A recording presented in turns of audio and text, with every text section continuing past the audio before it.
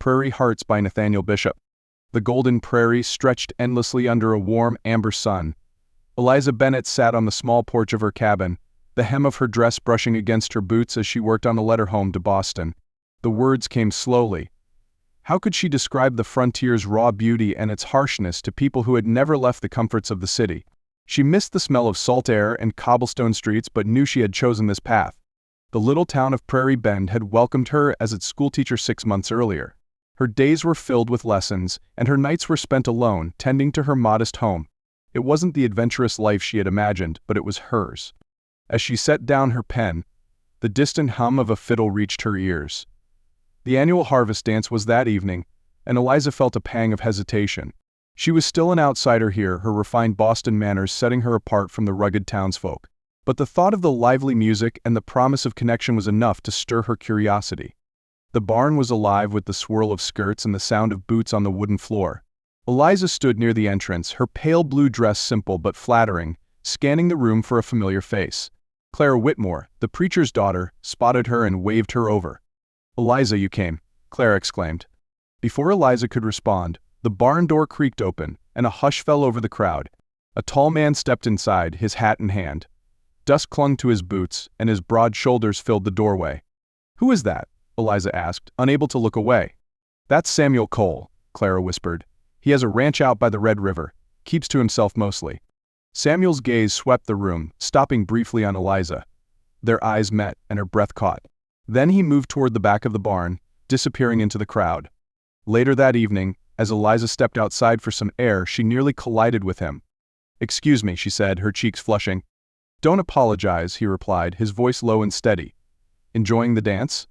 "I am," she said, though her hands fidgeted with her shawl. "And you?" "I'm not much for dancing," Samuel admitted. He paused, studying her face. "You're the new schoolteacher, aren't you?" "Yes," she said, surprised he knew her. "Eliza Bennett." "Samuel Cole." He tipped his hat. "It's a pleasure to meet you." The moment lingered before a gust of wind stirred the lanterns, and someone called for Samuel from inside. He nodded to Eliza before turning to go, leaving her with a strange flutter in her chest.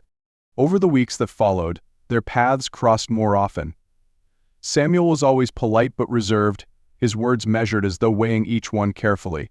He helped her load supplies at the general store, offered a hand when her wagon wheel got stuck in the mud, and tipped his hat every time they met. One afternoon, while walking home from the schoolhouse, a sudden prairie storm rolled in. The sky darkened, and rain began to fall in heavy sheets. Eliza struggled against the wind, her dress clinging to her legs, when she heard the sound of hoofbeats. "Miss Bennett?" Samuel called, pulling his horse alongside her. Before she could protest, he dismounted and helped her into the saddle, shielding her with his coat as he led the horse to her cabin. By the time they arrived, they were both soaked, but Samuel seemed unfazed. "Thank you," she said as they stood in her doorway, the rain drumming on the roof. "It's nothing," he replied, his voice soft. But his eyes lingered on hers, and for a moment the storm outside seemed to fade into the background. As the months passed, their friendship deepened.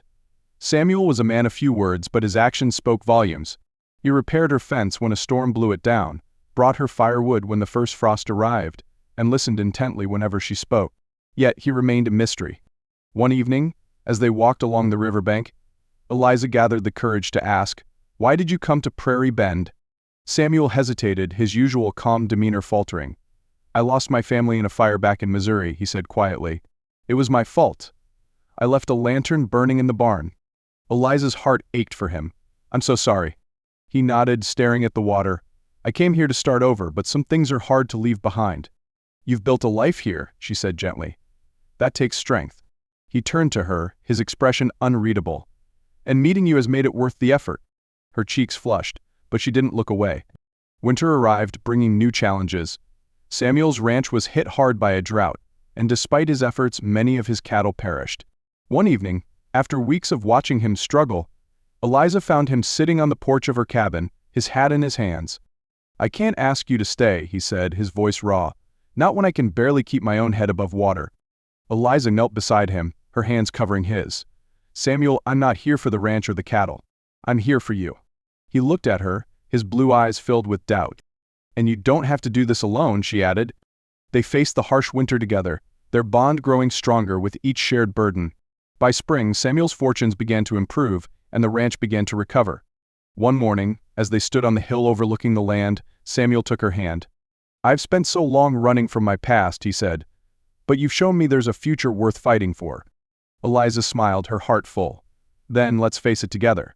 He knelt and pulled a small silver ring from his pocket. "Eliza Bennett, will you marry me?"